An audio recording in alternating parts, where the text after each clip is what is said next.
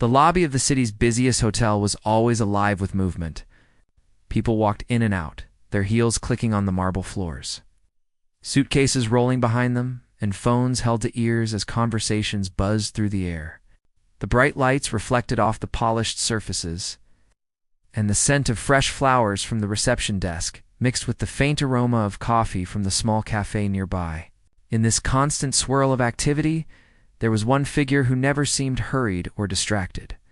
He sat quietly at the grand piano near the far corner, his presence almost blending into the background. At first, people hardly noticed him. Guests would glance over and see a man in a simple jacket and plain shoes, hair slightly graying, with a calm look on his face.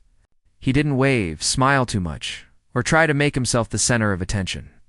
Yet, when he pressed the keys, the lobby seemed to pause for a moment. There was a softness in his playing that contrasted sharply with the noise around him. Notes drifted through the space, delicate yet full of feeling. It's almost as if they carried stories the visitors couldn't hear but could feel. Many people assumed he was hired by the hotel. The lobby had a piano, after all, and live music always created a touch of elegance. Some guests thought he was a student practicing quietly, while others guessed he was an older musician past his prime, simply passing the time. The truth, however, was far more interesting, though nobody suspected it. The man played at different times of the day. Sometimes he arrived early in the morning, when the sunlight poured through the tall windows and dust motes danced in the golden beams. His music in those quiet hours felt gentle, as if he were welcoming the new day, along with the hotel staff who prepared the rooms, the cleaning crew who moved silently down the hallways, and the first early travelers who checked in for flights or meetings. There was a kindness in his touch, a way he held each note that suggested deep thought and emotion behind every melody. As the day progressed, the lobby grew louder. Guests hurried through with their luggage, children ran past giggling, and hotel staff scurried to keep everything in order. Yet somehow the piano's voice remained. It didn't compete with the noise. It floated above it, creating a space of calm amidst the chaos. People started to notice this. Some would pause for a few seconds, their bags still in hand, just to listen. Others lingered a little longer, letting the music wash over them as they waited for elevators or taxis. What set this man apart wasn't just the music. It was the way he seemed entirely unaware of attention. He never looked around to see if anyone was watching. He didn't try to make the music dramatic or flashy.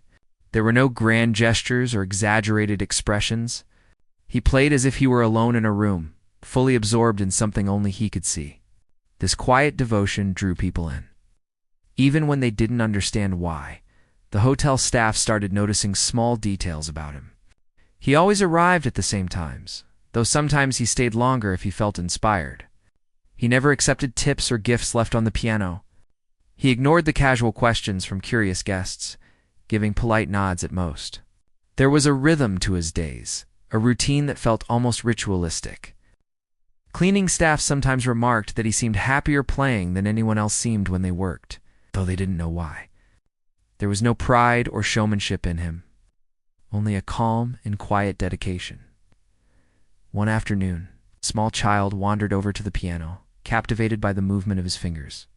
The man paused, smiled softly, and let the child press a few keys. His eyes twinkled in a gentle way, not with amusement alone, but with recognition. As if he understood something about the child's curiosity that went beyond mere music, the child ran back to parents, chattering about the man with excitement, and they smiled politely. Thinking of him as a kind stranger, people began recording short videos on their phones, capturing fragments of the music, though no one dared interrupt him directly. The piano sound was so clean, so professional, that many assumed it had to be a well-trained musician. Yet, when they asked the staff about him, the staff shrugged. He had been there for months, even years in some cases, and nobody knew his story. He had no identification visible, no apparent connections, just a quiet presence and extraordinary music. The man's playing varied depending on the time of day and mood. Sometimes the music was light and playful, bouncing from one note to another with a gentle rhythm. Other times, it was deep and somber, filled with long pauses and slow movements that made listeners almost hold their breath.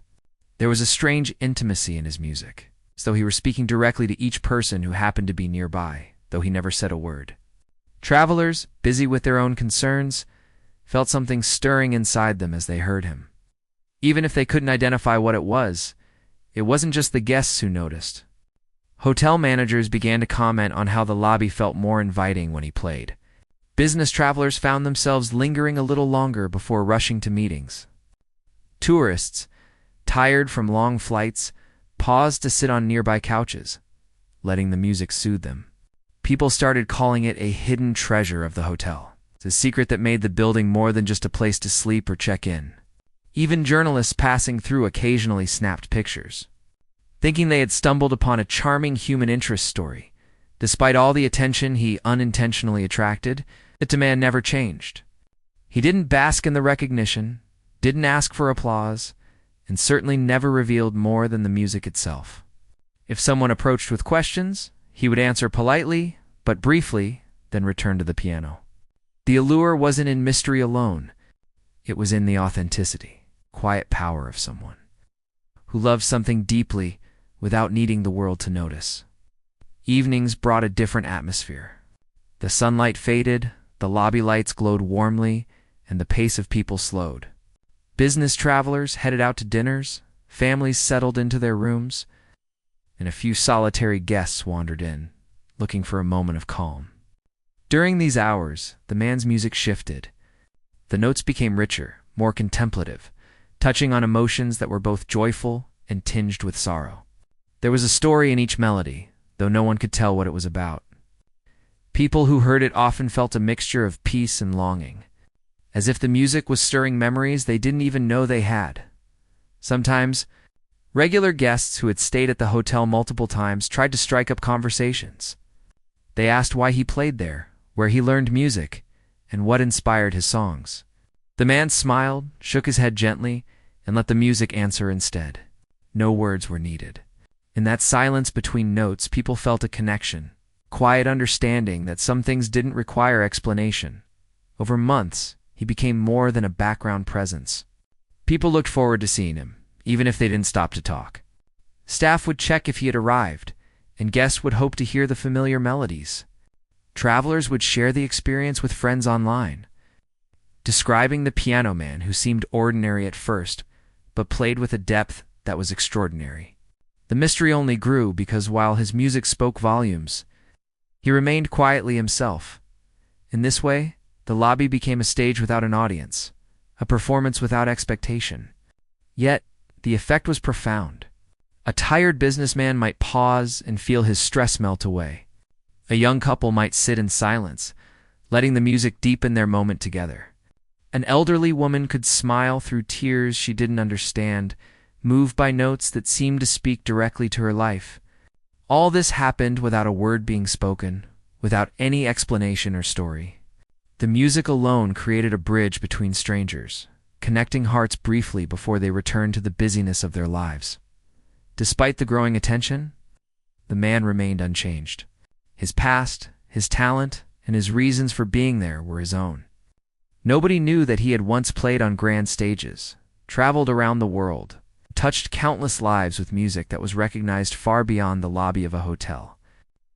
Here, in this quiet space, he chose to be anonymous, finding joy in simplicity and the quiet appreciation of people who might never understand the depths of his story. And so, day after day, the lobby continued its flow of arrivals and departures.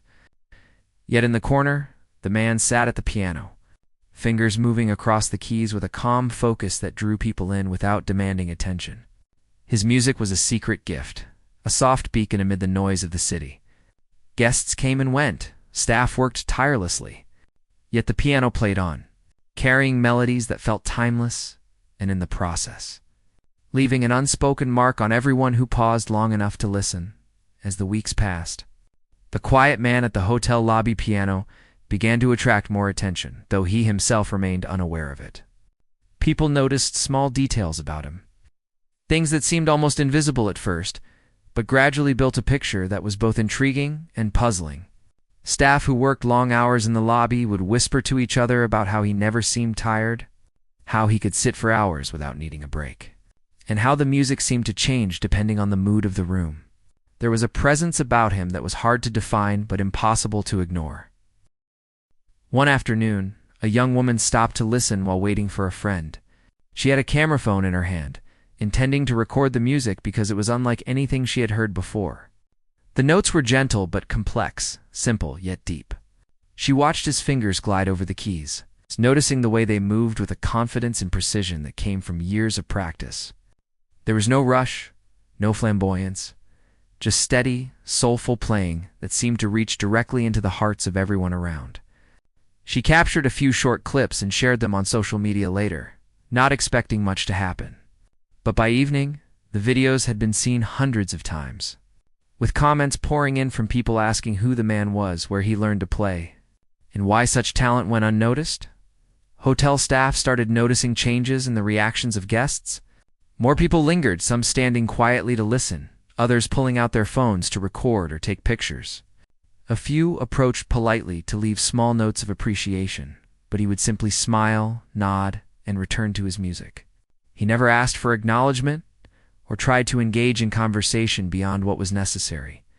Yet his presence alone seemed to alter the atmosphere in the lobby. It was calmer, warmer, and somehow more welcoming than before. Guests, who might have been anxious, rushing, or frustrated, paused to breathe and take in the music. Over time, certain patterns emerged. The man never played popular or easy pieces. He did not play songs that everyone could recognize and hum along to. Instead, his music was original, sometimes improvisational, and always full of emotion. There were moments of joy, laughter hidden in the rhythm of his fingers, and moments of quiet melancholy, almost like he was telling stories only he could understand. Observant listeners began to feel a connection, even if they couldn't put it into words. Travelers, tired from long flights or stressful work trips, found themselves unexpectedly moved. Some would sit in silence for several minutes after the music ended, just to let the feeling linger. One particular afternoon, a group of tourists gathered near the piano. They had just checked in and were waiting for their luggage to be delivered. Initially, they were distracted, talking among themselves and taking pictures of the lobby. But gradually, as the music floated through the room, their conversations softened and then stopped entirely. The notes seemed to reach across the space, touching each person differently. Some closed their eyes, some tapped their fingers to the rhythm, and some simply stared, mesmerized by the effortless flow of the music. One man whispered to his friend that he had never heard anything like it in his life. Yet when they tried to speak to the pianist, he offered only a gentle nod and returned to his keys. Leaving them with a sense of wonder, the staff began to share stories among themselves. One of the receptionists recalled the first time she noticed something unusual about him. She had been passing the piano while carrying a stack of forms and heard a piece of music so beautiful that it stopped her in her tracks. She had expected to see a young music student or a casual hobbyist, but the skill in his playing was undeniable. It was not only technical perfection, but also an emotional depth that made her think he had lived a life, filled with experiences too big for ordinary words. Others echoed similar sentiments, each describing the quiet intensity that seemed to radiate from him. Without any effort, the regulars who returned to the hotel began recognizing patterns in his playing. Some evenings were lighthearted, with melodies that danced and skipped playfully. Other nights were serious, almost mournful, as if he were reflecting on something from long ago. He seemed to intuitively sense the mood of the room and respond to it through the music. Guests who had experienced both types of performances remarked that it felt like the piano itself had a soul, guided by the man's hands. People would linger longer than necessary, feeling a strange pull to stay and hear the next note, even if they had no particular reason to remain. Then came the moments that made the mystery even more compelling. Certain staff members noticed that he would sometimes pause mid-song, staring at a key or letting his hands hover above the piano for an unusually long time. He never appeared frustrated or confused, but it was as though he were listening to something no one else could hear. Guests would watch curiously, whispering to each other about what might be going through his mind. Sometimes he would close his eyes and play even more intensely, the music growing richer, louder, and more heartfelt. filling the entire lobby with a power that was almost tangible. People began to speculate. Who was this man? Where did he learn to play with such skill? Some guests joked that he might be a former concert pianist hiding from the world, while others imagined he was a retired musician who had chosen solitude over fame. Nobody could be certain, and the man offered no answers. The mystery became part of the allure. His anonymity made him even more captivating. Unlike performers who sought applause or recognition, he seemed content to remain a quiet presence, allowing his music to speak for him. The more the videos of his performances circulated online, the more curiosity grew. Comments ranged from admiration to awe, with people expressing amazement at the raw talent displayed. Some viewers noted that the way he played suggested a lifetime of training and experience, while others were simply moved by the emotional power of the music. But despite this growing attention, the man did not seek it out. He never asked who was recording, nor did he react to the subtle shifts in the audience's behavior. His focus remained on the piano and the music itself. One rainy afternoon, a storm rolled into the city, drenching the streets and keeping most visitors indoors. The lobby was unusually quiet, with only a few guests sheltering from the rain. The man arrived as usual, carrying only a small bag, and sat at the piano. He played a slow, haunting piece that seemed to echo the rhythm of the falling rain. The sound mingled with the soft patter of raindrops against the windows, creating a serene yet melancholy atmosphere. The few guests present were mesmerized, feeling as if the music had the power to reach beyond the walls of the hotel and touch something deep within them. It was during moments like these that some staff felt. They glimpsed something more in him. There was a sadness that seemed to linger beneath the surface of his calm exterior, a hint that his life had been filled with experiences both wonderful and painful. They began to wonder if the music he played was not only for the guests, but also a way of expressing emotions he could not put into words. This layer of complexity only added to the fascination. He was more than a pianist in a hotel lobby. He was a storyteller, a quiet observer of life, and perhaps a man carrying a past that was too profound to share openly. Word began to spread beyond the hotel as well. Some of the regular visitors shared stories with friends and colleagues who then came to experience it for themselves. Soon, the lobby was quietly becoming known as a place where something special happened, even if nobody could explain exactly what. Guests would often arrive early just to hear him play, and some would stay long after checking in. Reluctant to leave the spellbinding presence of the piano and its player, despite the growing attention, the man's routine remained unchanged. He never sought recognition, never demanded applause, and never allowed the intrigue to alter his focus. His connection to the piano and the music was personal, intimate, and unwavering. The staff began to understand that, whatever fame or attention might come, he was unaffected. The true depth of his character was revealed in the way he stayed true to his own rhythm, playing music not for the world, but for the quiet satisfaction of the art itself. Over time, a few guests became curious enough to approach him more directly. They asked where he had studied, why he chose to play in the hotel, and if he had performed elsewhere. Each time, he answered politely, but briefly, offering no details beyond simple smiles and nods. The message was clear. His life and experiences were his own, and he preferred to let the music communicate what words could not. Guests left those encounters with a sense of reverence, feeling honored simply to have witnessed a fragment of something extraordinary. Through it all, the man remained an enigma. His quiet presence, unwavering dedication, and extraordinary skill captivated everyone who spent time in the lobby. He was not seeking recognition or approval. He was playing because he had to, because it was part of him, and because in those moments, he could communicate something deeper than words allowed. The lobby had become a canvas. The piano, his voice, and the audience, whether conscious or not, a witness to something rare and precious. As the weeks turned into months, more and more stories emerged from those who had encountered him. Guests recounted the gentle power of his playing, the way it made them pause in their busy lives, and the feeling that they were experiencing something both personal and universal at the same time. Staff spoke of how he changed the energy of the lobby, how his presence made work feel lighter. and how the music seemed to reach each person in a way that words never could. The man remained untouched by accolades or curiosity, entirely absorbed in the music itself.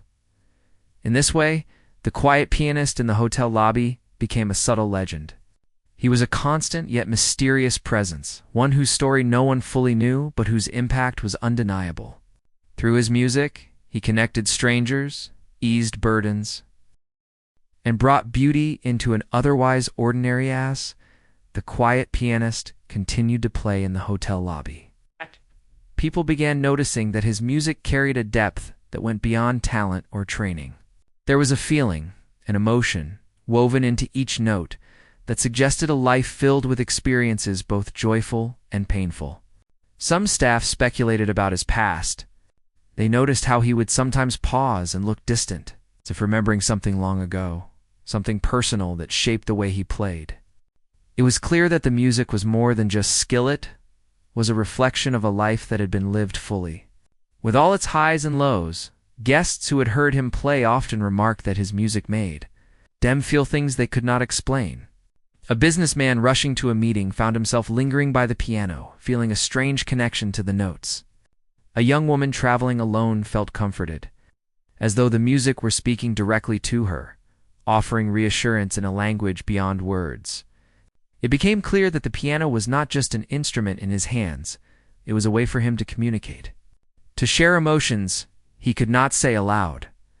Some staff had noticed that he had moments of hesitation, where he would let his hands hover above the keys, his eyes distant.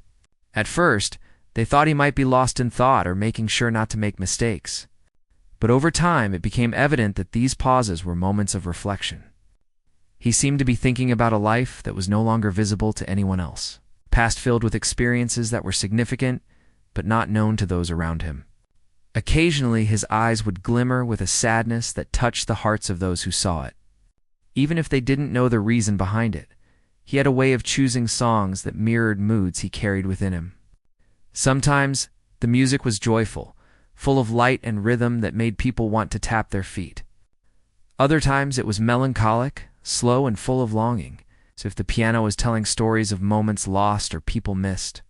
Guests began to notice this pattern. They could almost feel the emotions of the man behind the music. Sensing that he had lived a life beyond the walls of the hotel lobby, a life filled with both triumphs and regrets. The mystery of his past intrigued some people enough to try and learn more. Regular visitors started to ask polite questions, trying to understand why he played, why he never performed in larger venues, and what inspired the depth of his music. Each time, he responded politely, but briefly, offering only a smile or a nod before returning to the piano. His silence spoke volumes. It suggested that the life he had lived was not meant to be shared openly, that some stories were too personal, too fragile to expose, and that the music itself was his way of keeping a balance between memory and present moment. Over time, his reputation spread beyond the hotel. Visitors shared videos online, capturing fragments of his performances. Many were astonished by his skill and the emotion in his playing, noting that it seemed impossible for such a hidden talent to exist in a place as ordinary as a hotel lobby. The attention grew, but the man remained unaffected. He was not seeking fame or recognition. He played because it was part of who he was, a way of expressing something that could not be spoken aloud. Occasionally, glimpses of his past surfaced in small ways. He would occasionally glance at a photograph tucked inside the piano bench, or pause while playing a certain chord, as if remembering someone or something long gone. Staff noticed that these moments were often accompanied by a change in his music, a shift in tone that carried an unspoken story. There was a richness in the sorrow and joy intertwined in his melodies, a sign that he had lived a life that held both beauty and pain. It became clear to observant visitors that his choice to play in the lobby was deliberate. He could have sought recognition, performed in concert halls, or recorded albums that might have brought him fame. Yet he chose the quiet presence of a hotel lobby, playing for people who may never return, sharing music without expectation or applause. There was humility in this choice. A deliberate decision to live a life removed from the pressures of public attention while still giving something valuable to those around him. Staff began to develop a sense of familiarity with his moods. Noticing how his playing changed with small shifts in atmosphere, if the lobby was busy and bustling, he played with a measured energy that harmonized with the environment. When the hotel was quiet, his music became introspective, full of soft notes that seemed to linger longer than usual. It was almost as if he adapted to the energy of the people and space around him, responding not just with music but with emotion that filled the gaps between words and movements. Guests who paid closer attention sometimes noticed the subtle hints of sorrow that came and went, almost imperceptible unless one was listening carefully. The music would carry a fleeting tension, a longing that seemed tied to memories, moments, and relationships that remained a mystery to everyone but him. These guests often left feeling a mix of admiration and curiosity, wanting to know more, but also understanding that some aspects of life are meant to remain private, expressed only through art. The man's playing had a way of connecting people who had never met. Strangers would share silent moments together, listening as the music flowed around them. Couples would hold hands, letting the melodies deepen their bond. Individuals weary from travel or work found themselves comforted, sometimes moved to tears, by music that felt intimate and personal. It was as though the man had a gift for reaching into hearts, speaking to emotions buried deep inside and doing so without a single word. As the months passed, occasional glimpses of his past became slightly more tangible. A guest recognized the precision and style of his playing and remarked that it resembled the work of a professional concert pianist. The staff, initially skeptical, began to notice subtle cues, the way his hands moved, the way he held himself at the piano, the complexity of his compositions. Some began to suspect that he had once led a life that was widely recognized in music circles, a life of travel, performance, and perhaps even fame. Yet he gave no confirmation, no story, only music. There were moments when the man's connection to the past seemed to intensify. On some evenings, the music would become almost haunting, notes stretching and bending in ways that conveyed memories too vivid to contain. Observers could sense that these were private moments, reflections of something profound. People around him felt privileged to witness it, but also respectful of the unspoken boundary he maintained. He was sharing a piece of himself without revealing the whole, giving an emotional gift that was both accessible and deeply personal. One rainy evening, a storm hit the city and the hotel lobby was nearly empty. The man sat at the piano and played a piece that seemed to carry the weight of years. The notes resonated with sorrow, with love lost, with the bittersweet passage of time. The rain tapping against the windows joined the melody, creating a symphony of nature and human emotion intertwined. A single guest lingered, listening silently, feeling the depth of experience and history woven into every note. It was a performance unlike any other, not for recognition, not for applause, but for the raw expression of a life that had been lived in full. The man's choice to remain in anonymity added to the fascination. People speculated, sometimes loudly, about who he might have been. Was he a retired maestro? A former star who had walked away from fame? A man who had loved deeply and lost, now seeking peace through music? While the curiosity grew, the man continued his work without acknowledgement, allowing the music to answer questions that words could not. His playing also had a subtle effect on the hotel staff. They began to notice their own emotions shifting, their patience and empathy increasing as they observed the impact of the music on guests. The quiet pianist became more than just a musician. He became a silent teacher, demonstrating the power of expression, humility, and the importance of living in the moment. The lobby, once just a place of transit, transformed into a space of reflection and emotional resonance. Despite occasional speculation and fascination, the man remained focused entirely on his art. He did not play for fame, for recognition, or for gratitude. He played because it was essential to him, because music was a channel for his inner life, and because in those moments, he could connect with people in ways that speech could never achieve. Guests and staff alike began to understand that this was not just about skill, it was about the integrity of a life, lived in pursuit of passion and emotion, of a man choosing music over everything else to express what words could not capture in this way. The hotel lobby became a witness to something extraordinary, a quiet man with a past hidden from view. Using the piano as both a bridge and a window into his soul, the music spoke of joy and sorrow, love and loss, hope and longing. Every visitor who heard it felt touched in a way that stayed with them long after they had left. And for the man himself, each performance was a reminder of a life lived fully, a life that had shaped the person he had become, and a life that he chose to express quietly, without expectation. Through the language of music, the quiet pianist continued his daily routine. Seemingly unaware of the growing curiosity around him, guests had begun to whisper among themselves, staff had grown more observant, and videos of his performances were circulating on social media. Still, he played as though the world beyond the piano did not exist. Each note carried emotion, and each pause hinted at a life lived far beyond the lobby walls. But what nobody knew was that the quiet man's past was about to intersect with the present in an unexpected and life-changing way. It happened one late afternoon. Just as the golden light of sunset poured through the large lobby windows, a middle-aged man walked into the hotel, moving with a sense of purpose that made him stand out immediately. He glanced around the lobby, pausing when his eyes fell on the piano and the man seated there. Recognition flashed across his face. He took a deep breath and approached, moving carefully, as if not to startle the pianist who had no idea of the revelation. Guests and staff noticed the sudden shift in the atmosphere. There was a subtle tension, almost imperceptible, yet something about the way the newcomer walked, focused and deliberate, created an awareness in the room. The pianist continued to play, his hands flowing over the keys, seemingly unbothered. Yet those who watched closely might have noticed a slight tightening of his jaw, a brief pause in the smoothness of his music. Something was different, though.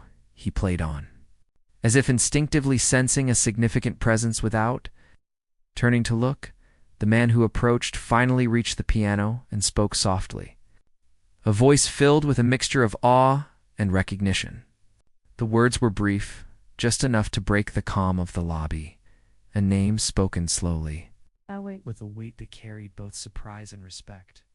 The pianist's fingers faltered for the first time in months. He looked up, his eyes meeting the newcomer's, and for a moment, time seemed to stand still. Guests froze mid-step, staff leaned in silently, and even the background hum of the city seemed to fade. Recognition dawned gradually, and whispers spread quickly. Those who had been observing the pianist for weeks now realized that this was no ordinary musician. The man standing before him was someone who knew him well, someone who had shared his past in ways the hotel staff and guests could never imagine. It became clear that the quiet pianist had once been a figure of significance in the music world, a life filled with public recognition, applause, and perhaps even fame that contrasted sharply with his current anonymity. The lobby, usually a place of busy transit, became a theater of realization. Guests who had stopped to listen to his music now felt the gravity of the moment.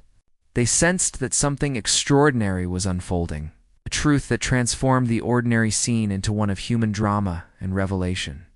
Staff exchanged glances, recognizing that the quiet man they had grown accustomed to had a story far beyond the lobby, a story that had remained hidden until now. The pianist slowly set his hands on the keys and remained silent for a long moment. He studied the newcomer, memories flickering in his eyes, emotions playing across his face.